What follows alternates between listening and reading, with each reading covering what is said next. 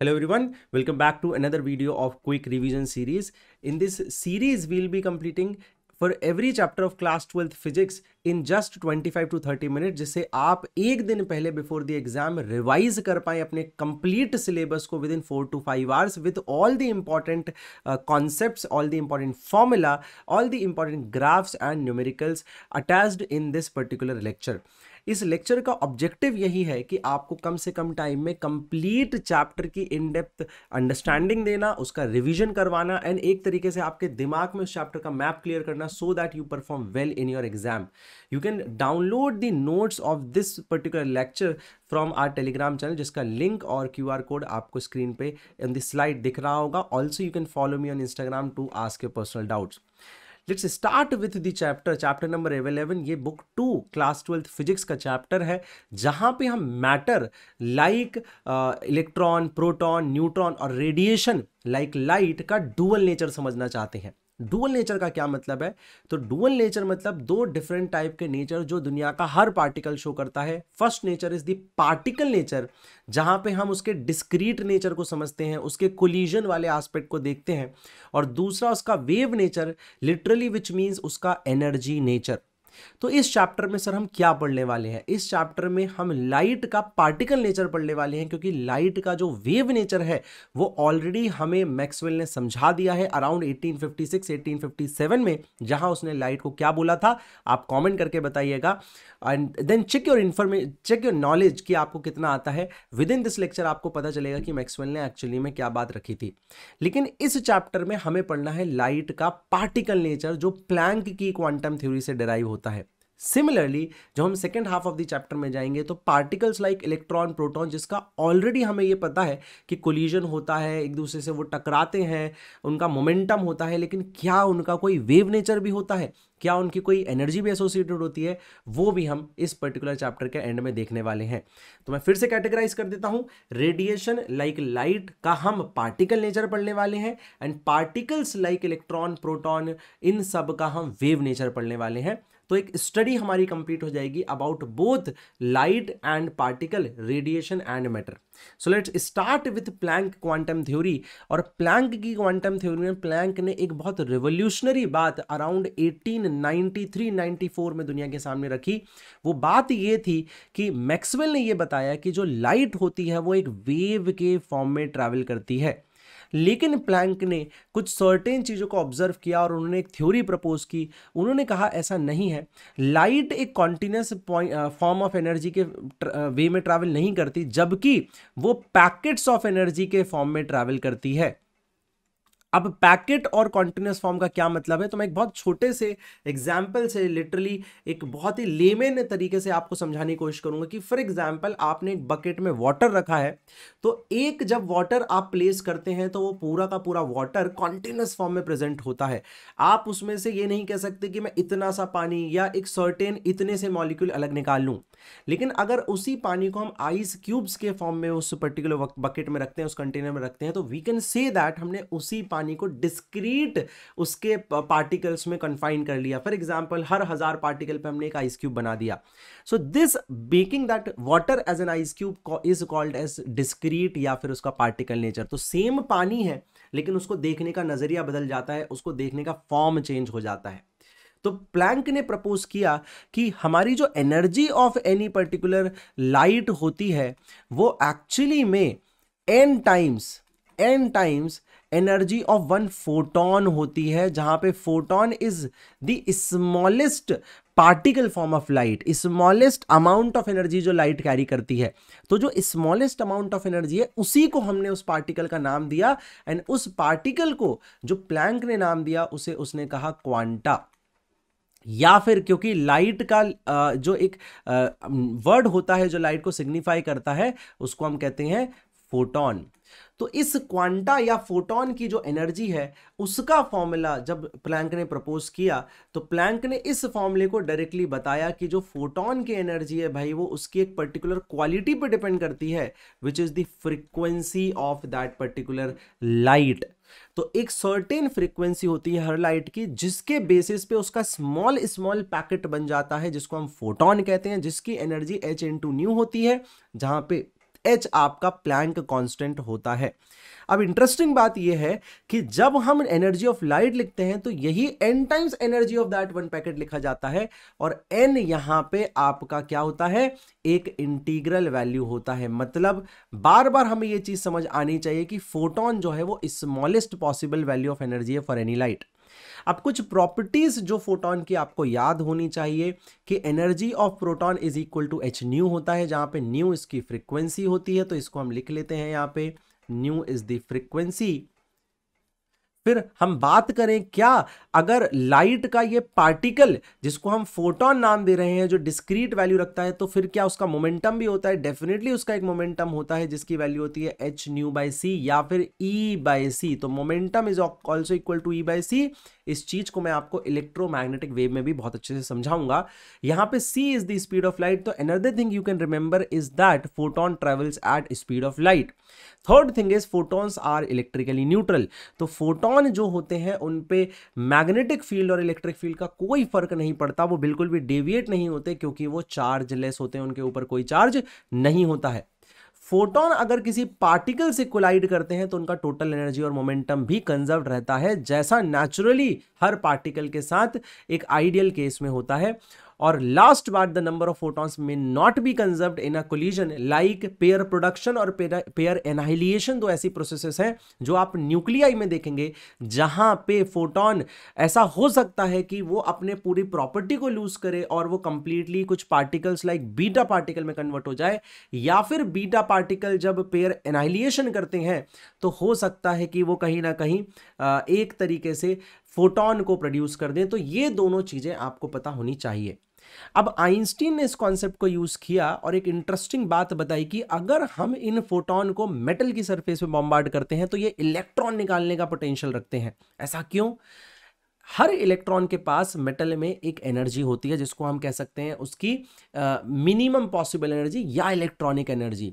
Einstein ने इस energy को नाम दिया थ्रेशोल्ड एनर्जी। तो लिटरली थ्रेशोल्ड एनर्जी इलेक्ट्रॉन के लिए डिफाइंड नहीं है, फोटोन के लिए डिफाइंड है, लेकिन एक्चुअली वो उतनी ही होती है जितनी एक इलेक्ट्रॉन के पास होती है।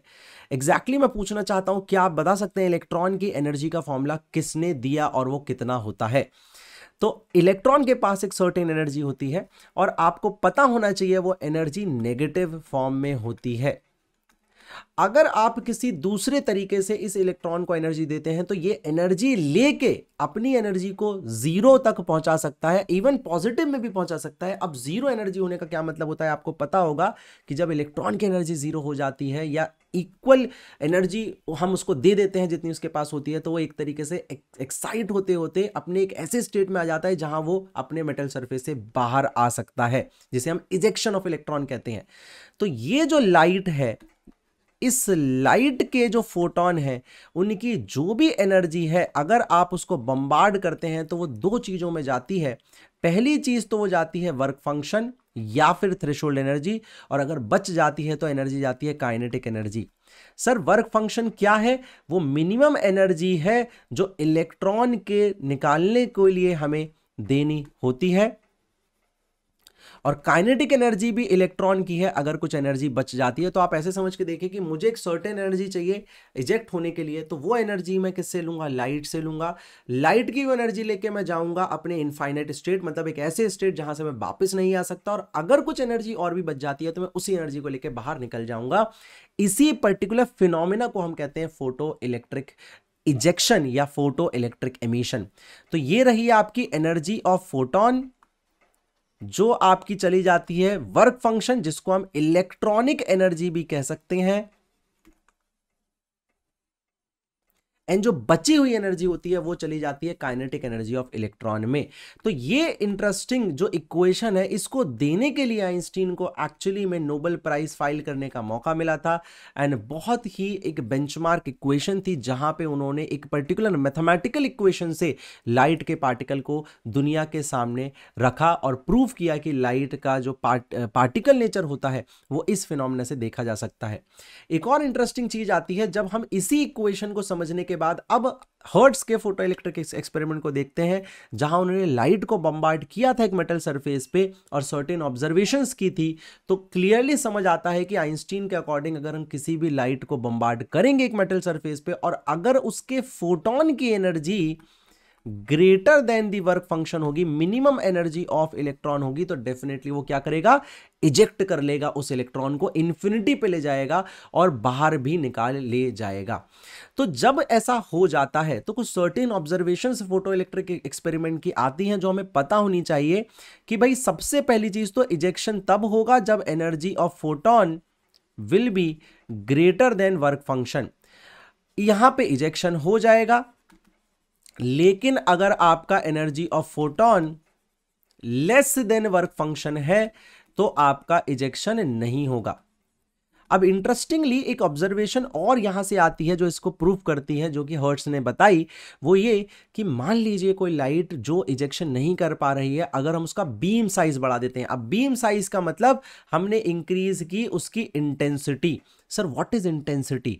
इंटेंसिटी मतलब लिटरली होता है energy of light upon area, energy per unit area per unit time.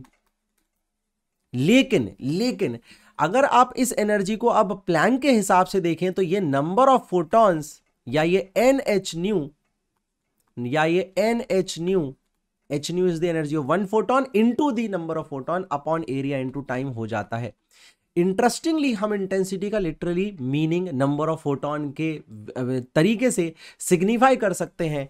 और अगर हम ध्यान से सुनिएगा उस फोटोन या उस लाइट की एनर्जी इंक्रीज करते हैं जो कि जिसका एक सिंगल फोटोन भी एक सर्टेन बीम भी इजेक्ट नहीं कर पा रहा था, तो उसका बीम साइज इंक्रीज करने से भी कुछ नहीं होगा। अगेन ये प्रूव करता है कि लाइट की एनर्जी से इलेक्ट्रॉनिक एमिशन रिलेट नहीं करता, फोटोन की एनर्जी से इलेक्ट्रॉनिक एमिशन रिलेट करता है। तो अगर आप इसका बीम साइज बढ़ा भी देते हैं तो भी इजेक्शन नहीं होगा। ये अगेन प्रूव करता है कि लाइट एक डिस्क्रीट फॉर्म में ट्रैवल करता है और उतनी एनर्जी आपकी इलेक्ट्रॉन की एनर्जी से ज्यादा होना चाहिए। हाँ, अगर वो फोटोन जिसका वर्क फंक्शन से ज्यादा एनर्जी है, जो इजेक्शन छोटी सी बीम में भी कर रहा था, अगर हम उसका बीम साइज बढ़ाते हैं तो डेफिनेटली क्या बढ़ेगा, कमेंट डाउन करके बताइए, बिकॉज थोड़ी देर में मैं आपको बताऊंगा कि उस लाइट के लिए जो इजेक्शन करती है अगर हम उसका इंटेंसिटी बढ़ाएं तो उसका बीम साइज अगर बढ़ाएं तो क्या चीज इंक्रीज होगी इन दी सर्किट। तो अगर सर्किट में हम बात करें, जब भी हम लाइट डालेंगे, जो ऐसी प्लेट होगी जो negative side of the terminal से कनेक्टेड होगी, डेफिनेटली वो एनर्जी लेगी, इलेक्ट्रॉन को इजेक्ट करेगी। Due to the electric field जो यहाँ पे सेटअप होगी ऑलरेडी, इलेक्ट्रॉन लेफ्ट से राइट की तरफ मूव करेंगे क्योंकि electron opposite to the electric field move करते हैं, एंड डेफिनेटली सर्किट कंप्लीट हो जाएगा, आपको सर्किट में करंट मिल जाएगा। तो एक और बात हमें इंटरेस्टिंग यहां पे पता होनी चाहिए कि अगर हम पॉजिटिव प्लेट पे इसी लाइट को बम्बार्ड करते हैं तो कुछ भी नहीं होता, क्योंकि इलेक्ट्रॉन का होना वहां पे जरूरी है और पॉजिटिव प्लेट पे इलेक्ट्रॉन की हमेशा डेफिशिएंसी होती है। यहां पे हमारा फोटो इलेक्ट्रिक इफेक्ट की जो मेजर बातें हैं वो खत्म होती है। Now let's move to the important graphs जो हमें देखने हैं। सबसे पहला जो ग्राफ है हमारा वो है current in the circuit to the intensity of light, तो लॉजिकली आप सोचिए आराम से कि अगर कोई लाइट इजेक्ट करती होगी और हम उसकी इंटेंसिटी इंक्रीज करते हैं, मैंने अभी आपको बताया इंटेंसिटी मतलब नंबर ऑफ फोटॉन्स होता है, तो नंबर ऑफ फोटॉन्स बढ़ाने से नंबर ऑफ इजेक्टेड इलेक्ट्रॉन्स भी बढ़ेंगे और एग्जैक्ट नंबर में बढ़ेंगे, इसलिए intensity of light and current directly proportional to each other होते हैं। तो ये पहला ग्राफ है, याद रखिएगा, बहुत इंटरेस्टिंग है, 1 मार्क में पूछा जा सकता है, इवन 2 मार्क में पूछा जा सकता है, इसलिए इसको अच्छे से ध्यान रखिए। The second graph is about different combinations. तो क्या वो डिफरेंट कॉम्बिनेशंस है? तो यहां पे 3 फैक्टर आपको कंसीडर करने हैं सेकंड, थर्ड और फोर्थ ग्राफ ड्रॉ करने के लिए। पहला इंटेंसिटी ऑफ लाइट, दूसरा फ्रीक्वेंसी ऑफ लाइट, तीसरा आपका वर्क फंक्शन। अब यहां से कुछ रिडक्शंस होंगे जो मैं वापस यहां पे लिखते जाऊंगा, फोटो इलेक्ट्रिक एक्सपेरिमेंट में यहां से समझाऊंगा, यहां पे नोट डाउन करते जाऊंगा। तो सर यहां पे 3 ग्राफ क्यों है? क्योंकि हम किन्हीं भी 2 चीजों को कांस्टेंट रखेंगे, एक चीजों को वेरी करेंगे और अलग अलग ग्राफ प्लॉट करेंगे। फॉर एग्जाम्पल हम इंटेंसिटी ऑफ लाइट सेम रखते हैं, हम फ्रीक्वेंसी ऑफ लाइट भी सेम रखते हैं और हम मेटल अलग करते हैं, मतलब वर्क फंक्शन अलग करते हैं। सर मेटल अलग मतलब वर्क फंक्शन अलग क्यों? क्योंकि वर्क फंक्शन का मतलब ही था इलेक्ट्रॉनिक एनर्जी, और इलेक्ट्रॉनिक एनर्जी हर मेटल पे डिपेंड करती है कि किस मेटल की इलेक्ट्रॉनिक एनर्जी क्या होगी। अगर आपने फॉर्मूला तब नहीं सोचा तो मैं बता देता हूं, इलेक्ट्रॉनिक एनर्जी का फॉर्मूला होता है -13.6 Z²/n², तो वो Z पे डिपेंड करती है। तो Z पे डिपेंड करती है मतलब अलग अलग मेटल की इलेक्ट्रॉनिक एनर्जी या वर्क फंक्शन, मिनिमम एनर्जी अलग अलग होगी। तो अगर हम इसको चेंज करते हैं, इसको हम चेंज कर रहे हैं, तो मैं क्रॉस वहां लगाऊंगा जहां पे चेंज हो रहा है, तो क्या डिफरेंस आएगा? तो देखिए बहुत सिंपल सी बात है, यहां पे आप करंट प्लॉट कर रहे हैं और यहां पे आप स्टॉपिंग पोटेंशियल या पोटेंशियल प्लॉट कर रहे हैं। सर ये कौन सा पोटेंशियल है? तो ये जो पोटेंशियल है ये यहां वाली बैटरी का पोटेंशियल है। लेकिन एक और कॉन्सेप्ट इसको आगे जाने से पहले हम पढ़ लेते हैं, वो है स्टॉपिंग पोटेंशियल का कॉन्सेप्ट। सर स्टॉपिंग पोटेंशियल क्या होता है? तो स्टॉपिंग पोटेंशियल वो पोटेंशियल होता है जो हम ऑपोजिट डायरेक्शन में क्रिएट करते हैं। तो मान लीजिए यहां पे हम क्रिएट करेंगे नेगेटिव और यहां क्रिएट करेंगे पॉजिटिव, एक्सटर्नल पोटेंशियल को कट कर देंगे। ये क्या हेल्प करेगा? ये जो लेफ्ट से राइट की तरफ इलेक्ट्रॉन भाग रहे हैं, आप देखिए एक इलेक्ट्रिक फील्ड ऐसी सेटअप हो जाएगी हमारे पूरे के पूरे चेंबर में, और जब हम इस इलेक्ट्रॉन को, भागते हुए इलेक्ट्रॉन को ये वाला रिवर्स पोटेंशियल देंगे तो वो रुकने की कोशिश करेंगे या मैक्सिमम इलेक्ट्रॉन्स रुक जाएंगे। तो जो पोटेंशियल आप लगाएं रिवर्स डायरेक्शन में जिससे भागते हुए इलेक्ट्रॉन भी रुक जाए, उसे हम कहते हैं stopping potential. So sir stopping potential को हम कैसे रिलेट कर सकते हैं? तो बड़ा सिंपल है, ये जो काइनेटिक एनर्जी है अगर हम इसको जीरो कर दें उस पोटेंशियल का यूज करके, तो हमारा स्टॉपिंग पोटेंशियल डिफाइन हो जाएगा। तो अगर मैं यहां पे आपको एक फॉर्मूला और बताऊं, दैट इज के मैक्स जो होता है वो इक्वल टू होता है चार्ज इनटू पोटेंशियल डिफरेंस। तो EVS, क्योंकि स्टॉपिंग पोटेंशियल इस काइनेटिक एनर्जी को क्या करेगा? वर्क कर करके जीरो करेगा। तो यही फॉर्मूला हमारा बन जाएगा, E is equal to energy of photon is equal to, पहला जाएगा वर्क फंक्शन प्लस EVS। हम चाहें तो यहां से स्टॉपिंग पोटेंशियल की वैल्यू भी निकाल सकते हैं जो आ जाएगी E/E माइनस phi/E। इंटरेस्टिंगली इस पर्टिकुलर ग्राफ के लिए, सेकंड ग्राफ के लिए, हमारा इंटेंसिटी सेम है मतलब नंबर ऑफ फोटॉन सेम है, फ्रीक्वेंसी सेम है मतलब लाइट सेम है, मेटल अलग अलग है। आप सोचिए अगर हमारा मेटल अलग अलग है तो हमारा वर्क फंक्शन अलग अलग होगा, और जिसका भी वर्क फंक्शन ज्यादा होगा उसका स्टॉपिंग पोटेंशियल लीस्ट होगा। मतलब अगर मैं दो लाइट लेता हूं फॉर एग्जाम्पल, जिनका ये दोनों फैक्टर में सेम रखता हूं, और दो लाइट मतलब वो एक ही लाइट हो गई, लेकिन दो मेटल लेता हूं और अगर मैं ग्राफ प्लॉट करता हूं तो मेरे जो ग्राफ आएंगे वो कुछ ऐसे आ रहे होंगे। ये साइड सिग्निफाई करता है, आप देखिए कि सेम करंट दोनों से आएगा क्योंकि इंटेंसिटी सेम है। तो आपका जो ये मैक्सिमम करंट है आप देखिए यहां पे दोनों का वो सेम है, लेकिन दोनों के जो स्टॉपिंग पोटेंशियल है वो अलग अलग होंगे। अब मुझे आप ये बताइए कि कौन सा जो ग्राफ होगा उसका वर्क फंक्शन ज्यादा होगा। पॉज करिए वीडियो को और आराम से आंसर दीजिए। तो देखिए जिसका भी वर्क फंक्शन ज्यादा होगा उसका स्टॉपिंग पोटेंशियल कम होगा। तो मैं कह सकता हूं what I can say is the stopping potential of one is greater than the stopping potential, sorry the work function of two. तो जिसका वर्क फंक्शन ज्यादा उसके स्टॉपिंग पोटेंशियल की वैल्यू कम। स्टॉपिंग पोटेंशियल वो वैल्यू है जहां पे सर्किट काम नहीं करता है, करंट जीरो हो जाता है। नेक्स्ट ग्राफ में अगर हम बात करें तो हम इंटेंसिटी सेम रखते हैं, हम मेटल सेम रखते हैं, लेकिन हम फ्रीक्वेंसी अलग अलग कर देते हैं। तो अगर इंटेंसिटी सेम है तो करंट सेम होगा, तो करंट सेम होगा, लेकिन आपका जो ग्राफ है उसमें जो स्टॉपिंग पोटेंशियल है वो अलग अलग आएगा। सर ऐसा क्यों? क्योंकि ध्यान से देखिए, अब आपने लाइट चेंज कर दी है, अब आपने इस E की वैल्यू चेंज कर दी है, फोटोन की वैल्यू चेंज कर दी है, क्योंकि फ्रीक्वेंसी चेंज हो गई है। तो जिसकी फ्रीक्वेंसी ज्यादा आप देखिए उसकी ये वैल्यू ज्यादा आएगी, जिसकी ये वैल्यू ज्यादा आएगी उसका स्टॉपिंग पोटेंशियल ज्यादा आएगा। मतलब कि अगर ये VS1 है और ये VS2 है तो मैं कह सकता हूं कि न्यू2 जो होगा, इसकी जो फ्रीक्वेंसी होगी इस लाइट की, वो इससे ज्यादा होगी क्योंकि हम फ्रीक्वेंसी चेंज कर रहे हैं। थर्ड ग्राफ की अगर हम बात करें, हम फ्रीक्वेंसी सेम कर देते हैं, मतलब लाइट फिक्स कर देते हैं, मेटल फिक्स कर देते हैं और इंटेंसिटी अलग अलग करते हैं। तो डेफिनेटली अब देखिए ध्यान से ऑब्जर्व करिएगा, हमारी मेटल सेम है, लाइट सेम है, मतलब हमारा स्टॉपिंग पोटेंशियल सेम आएगा। तो दोनों का ही स्टॉपिंग पोटेंशियल एक ही होगा, लेकिन दोनों का जो सैचुरेशन करंट होगा या जो फाइनल करंट होगा वो अलग अलग होगा। डेफिनेट सी बात है, अगर ये I1 है और ये I2 है तो यहां पे जो करंट आपका आ रहा है उसके हिसाब से जिसका करंट ज्यादा उसकी इंटेंसिटी क्या होगी? ज्यादा होगी।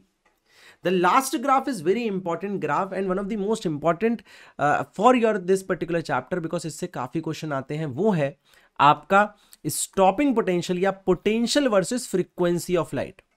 सबसे आसान तरीका है आप यहां से ही इसको रिलेट करें, क्योंकि अगर मैं इसी वीएस को मैं लिख देता हूं Vs is equal to H nu by e minus 5/e, तो आप देखिए फ्रीक्वेंसी और Vs directly proportional to each other हो जाते हैं, तो इनका जो ग्राफ बनता है बेटा वो कुछ इस तरीके से बन जाता है। यहां पे बहुत ध्यान से देखिएगा, ये जो पॉइंट है ये आपका थ्रेशोल्ड फ्रीक्वेंसी है। अब व्हाट इज थ्रेशोल्ड फ्रीक्वेंसी मैंने पहले नहीं बताया, बट अब आपको बताता हूं। ये वो मिनिमम फ्रीक्वेंसी है जो फोटोन की होनी पड़ेगी थ्रेशोल्ड या वर्क फंक्शन को इक्वल करने के लिए। तो बहुत सिंपल है, जो इलेक्ट्रॉन की एनर्जी है अगर वही फोटोन की एनर्जी आप इक्वल कर दो तो वो जो उससे फ्रीक्वेंसी आएगी ना, उसी को हम थ्रेशोल्ड फ्रीक्वेंसी कहेंगे। तो इस रीजन में अगर आप मेरे को बताना चाहो कमेंट्स में, तो इस रीजन में क्या होगा, इजेक्शन होगा कि नहीं होगा, वीडियो को पॉज करो, कमेंट करो and then come back to the video. तो ये जो वीडियो हो, ये जो पार्ट होगा ये आपका नो इजेक्शन जोन होगा। नो इजेक्शन जोन मतलब कि इस पर्टिकुलर पार्ट में अगर आपकी फ्रीक्वेंसी लाई करेगी तो आपकी जो लाइट है वो किसी भी इलेक्ट्रॉन को इजेक्ट नहीं करेगी। तो यहां पे हमारा कंप्लीट पार्ट खत्म होता है लाइट का। Now let us move to wave nature of particle like electron and proton. तो wave nature of electrons and protons etcetera, ठीक है। तो अब डी ब्रोगली ने एक और चीज ऑब्जर्व की कि भाई जो पार्टिकल्स होते हैं, जैसे वेव का पार्टिकल नेचर जो अभी हमने पढ़ा, ऐसे ही पार्टिकल्स भी जब मूव करते हैं तो they can emit certain waves when accelerated at a certain potential or certain velocity or certain acceleration। तो उनकी हाइपोथेसिस के हिसाब से जो भी ये वेव एमिट करेंगे उसकी जो वेवलेंथ होती है वो उस पर्टिकुलर पार्टिकल के मोमेंटम या एक तरीके से उसकी वेलोसिटी और मास पे डिपेंड करती है। तो ये फॉर्मूले से 110% क्वेश्चन आएगा, आप स्टार मार्क कर लीजिए। एंड इसके कुछ दूसरे वेरिएशन है वो भी आपको याद कर लेने हैं। तो ये इसकी इक्वेशन नंबर 1 हम पुट कर देते हैं। अब दूसरे वेरिएशन ये है कि आपको मोमेंटम की जगह कभी कभी काइनेटिक एनर्जी और पार्टिकल दे देते हैं, काइनेटिक एनर्जी की जगह आपको कभी एक्सेलरेटिंग पोटेंशियल दे देते हैं। तो कैसे आप इन फॉर्मूलों को चेंज करेंगे? तो नेक्स्ट जो फॉर्मूले हैं आपके वो कुछ ऐसे बन जाते हैं कि भाई अगर मुझे मोमेंटम की जगह काइनेटिक एनर्जी रखनी है तो वो आ जाएगी √2m काइनेटिक एनर्जी, और अगर मुझे काइनेटिक एनर्जी की जगह पोटेंशियल जिससे मैं एक्सेलरेट कर रहा हूं पार्टिकल को वो रखना है तो वो आ जाएगा Q × VA या एक्सेलरेटिंग पोटेंशियल। रिमेंबर यहां पे भी वेलोसिटी है और यहां पे भी आपका पोटेंशियल है, वोल्टेज है। आपको पता है किसी भी पोटेंशियल डिफरेंस में आप किसी चार्ज को रखोगे तो क्या करेगा, वो एक्सेलरेट करेगा, उसको वेलोसिटी मिलेगी, उसके पास काइनेटिक एनर्जी आएगी, और यहीं से हमने उसको सॉल्व किया है। डेफिनेटली इससे एक क्वेश्चन ऐसा आएगा ही आएगा जहां पे आपको कंपेयर करने को बोला जा सकता है इलेक्ट्रॉन प्रोटॉन का, अल्फा पार्टिकल या प्रोटॉन का, या किन्हीं भी दो पार्टिकल का रेशियो निकालने का क्वेश्चन आ सकता है। कुछ स्टैंडर्ड फॉर्मूले ऑलरेडी हमने सॉल्व कर दिए हैं। हमने H की वैल्यू, हमने मास ऑफ इलेक्ट्रॉन की वैल्यू, हमने सर्टेन वैल्यूज को चार्ज ऑफ इलेक्ट्रॉन पे पुट करके कुछ सर्टेन वैल्यूज निकाली है जो डायरेक्टली भी काफी अच्छे से यूज हो जाती है। तो फॉर इलेक्ट्रॉन अगर आपको पोटेंशियल दिया है एक्सेलरेटिंग तो डायरेक्टली आप 12.27 upon √V into angstrom, angstrom में आंसर आएगा, ये फॉर्मूला लगा सकते हैं। For proton this formula can be applied and for neutron this formula can be applied, but electron is the most important among all 3। तो remember this formula क्योंकि directly question आएगा तो आप आसानी से बना पाएंगे। I hope this video gave you good insights about the chapter. Photo electric equation से न्यूमेरिकल आने की हाई प्रोबेबिलिटी है, तो इलेक्ट्रॉन वोल्ट में काफी बार वहां पे चीजें दी होती हैं, उनको चेंज कर लीजिएगा। कुछ बातें मैं एडिशनल बता देता हूं। फॉर एग्जांपल अगर कभी भी आपको जूल को इलेक्ट्रॉन वोल्ट में चेंज करना है तो आप इलेक्ट्रॉन का मल्टीप्लाई डिवाइड करेंगे और नीचे वाले इलेक्ट्रॉन की आप वैल्यू रख देंगे, तो ऊपर जो है वो इलेक्ट्रॉन वोल्ट में एनर्जी आ जाएगी और नीचे जाएगा 1.6 × 10⁻⁻⁹। इसके हिसाब से एक इलेक्ट्रॉन वोल्ट में 1.6 × 10⁻⁻⁹ जूल्स होते हैं। तो ऐसे कन्वर्जन आपको आने चाहिए।